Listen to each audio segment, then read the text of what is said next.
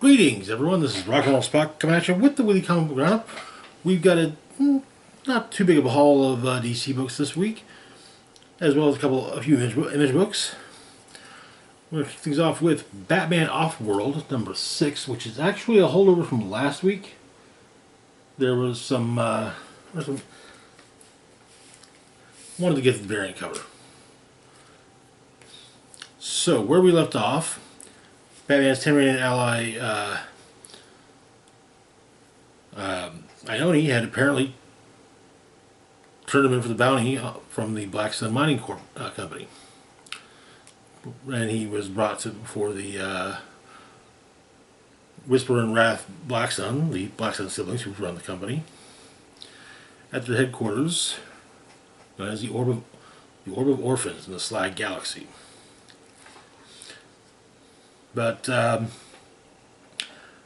collects for bounty, but now here's the docking control mentioned there's a ship inbound. And she shoots the docking controllers and lets the ship in as it's Punchbot and Wolf. Apparently, Batman convinced Ione to take him to the Black Sun so that he could deal with them.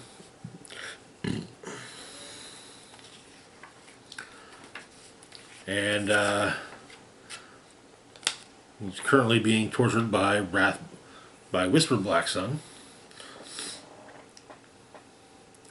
And Wrath is actually getting a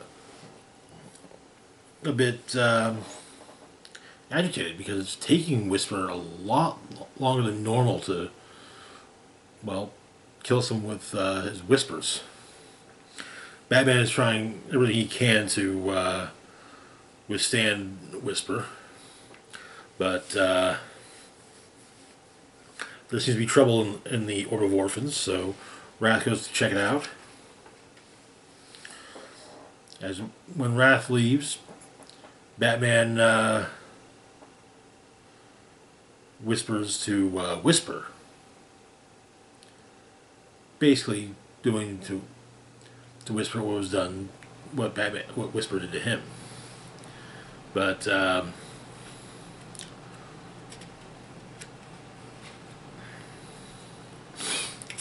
Wrath takes on the Wrath and the security forces take on Wolf, Ione, and Punchbot. And though Ione shoots Wrath in the face, doesn't really seem to affect her too much. Punchbot punching her, however, manages to. Then and the security forces fall due to Batman breaking Whisper. But Batman does his short speech about you've eaten well, and the feast ends now for Meter 1, as he lays into Wrath Blackstone. And apparently Whisper hasn't been able to shut up. In the aftermath, all of the Orb of Orphans is completely abandoned, save for 2 prisoners, Wrath and Whisper Bloodstone, or Black Sun. I don't know why I said Bloodstone, but Bloodstone Mining Company is dissolved, and all of the holdings, planets, and people are returned to their rightful owners in the case of planets, and planets in the case of workers, including the children. Batman leaves.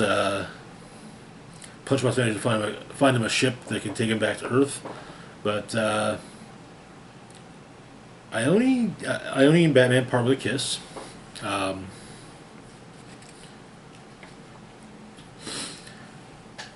and the Akari.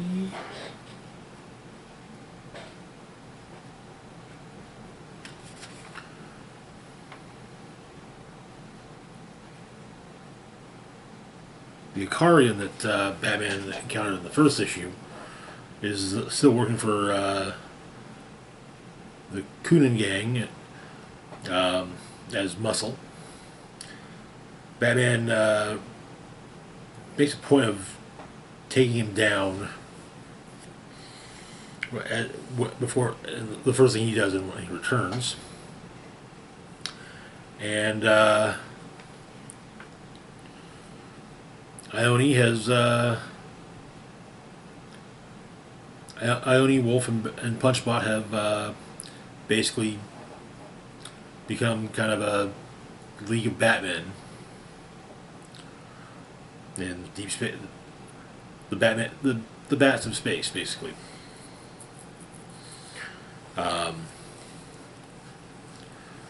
With Punchbot having rechristened himself Batbot. And apparently there are fragments of shatter from deep space probes detected by Star Labs from a distant galaxy. A growing legend about the fall of the War Storm and the crumbling of the Black Sun mining empire. The legend of a bat.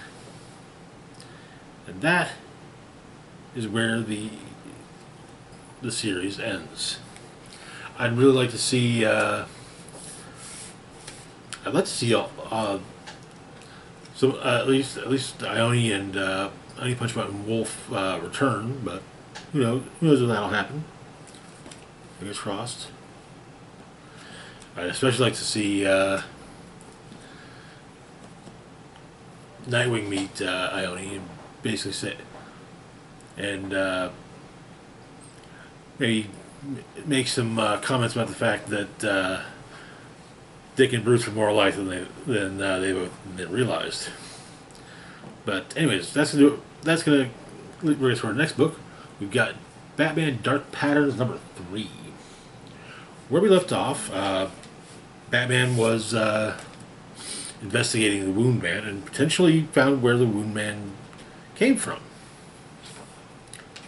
A suburb of Gotham.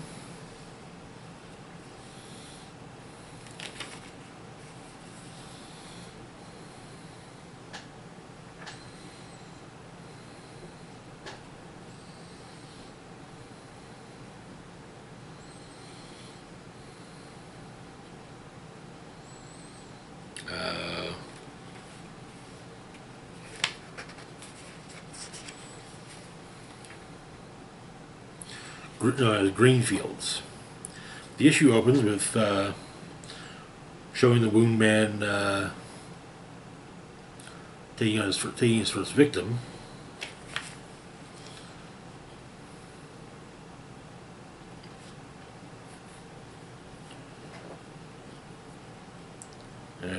It says that Francis Oakley was the first victim. We also learn the identity of the Wound Man, Dr. Jessup Hartnell. But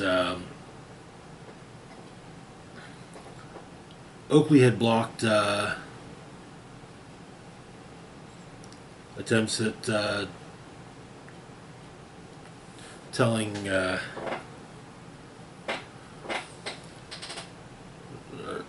Hartnell's attempts at telling the city, law firms, old colleagues, other doctors, medical centers about what's going on in Green Fields, and what led to his wife's death.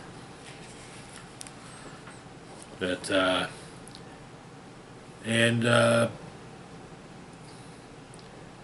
Batman tells Gordon about this, but as he goes to leave, there's some youngsters crying around the Batmobile, and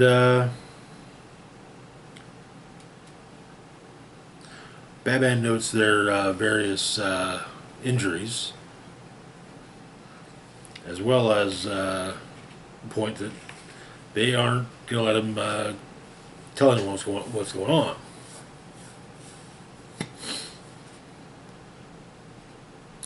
But they're all their injuries are all things such as things that are kind of things that should leave someone in a great deal of pain, but they're completely unaffected by the pain because of the cryoxin that is that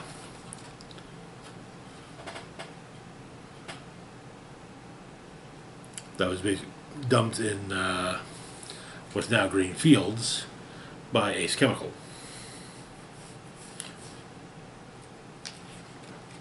But Batman takes a beating, blacks out for a second, but the local woman gets the mob to lay off him and helps Batman up.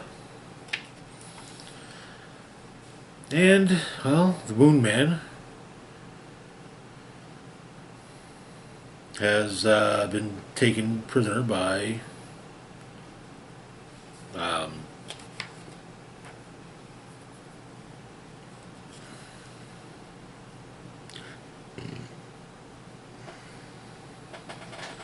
Christopher Sionis.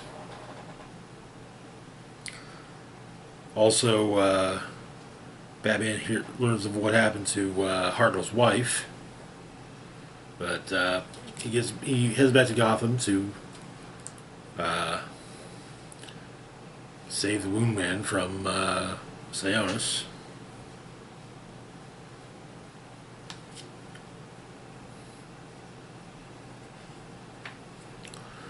Gordon tells him apparently Dr.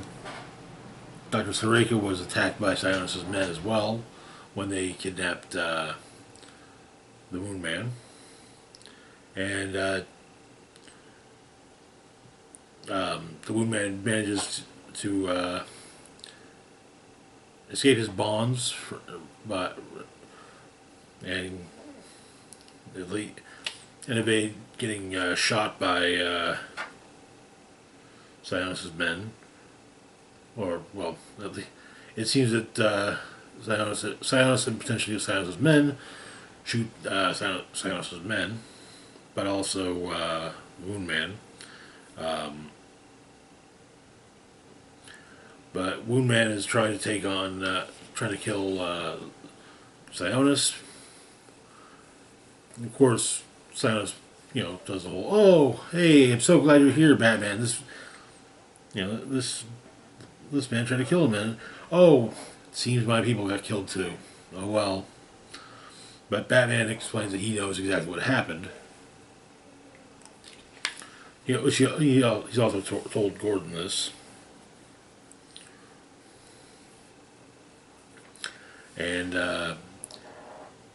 he manages to injure Sionis' shoulder, squeezing it in such a manner so that it likely won't heal right.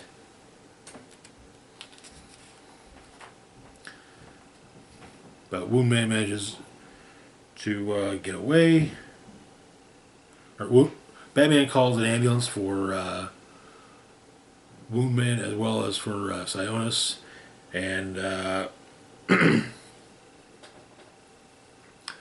leaves the Sionis building. That is where the issue ends.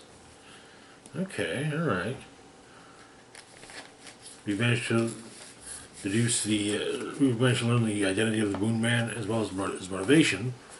I gotta wonder what's next for the next 1 to 3 issues. But anyways, that's gonna do it for now. As always, feel free to like, share, and subscribe. Links to my Facebook, Blue Sky, Instagram, Mastodon, Twitter, Patreon, and PayPal can be found in the description box down below. This is Rock and Roll Spock signing off saying, live long and rock hard.